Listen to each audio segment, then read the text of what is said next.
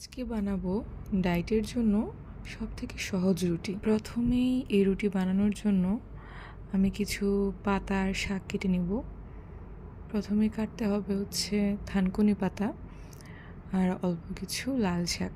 শাকগুলি পাতলা করে কাটার পর আমি এটা দিয়ে দিব হচ্ছে আমার রুটির ব্যাটারে, যেটা আমি 1 কাপ আটার সাথে পানি মিশিয়ে তৈরি করে রেখেছি। কিছু কাঁচামরিচ আর পেঁয়াজ কাটবো।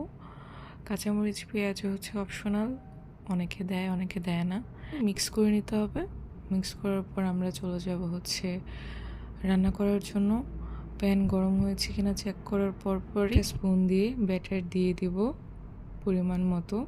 এক পাশ হয়ে গেলে বিপরীত পাশটাও বেক করে নিব, আর এভাবে রিপিট করে করে রুটি বানানো যাবে। আজকের মতন এইটুকুই, দেখা হবে নেক্সট ভিডিওতে। ধন্যবাদ।